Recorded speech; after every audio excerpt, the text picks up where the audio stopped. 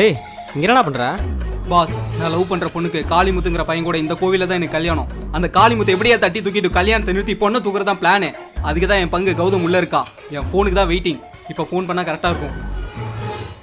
பங்கு, அந்த காளியை தட்டி தூக்குடா. பங்கு, நீ பேசுறது எதுவும் கேட்கலடா, வெறும் காத்து தான் கேக்குது. இருடா, மெசேஜ் பண்றேன். பங்கு, என்ன பங்கு சொல்ற? உண்மையாலுமே வா.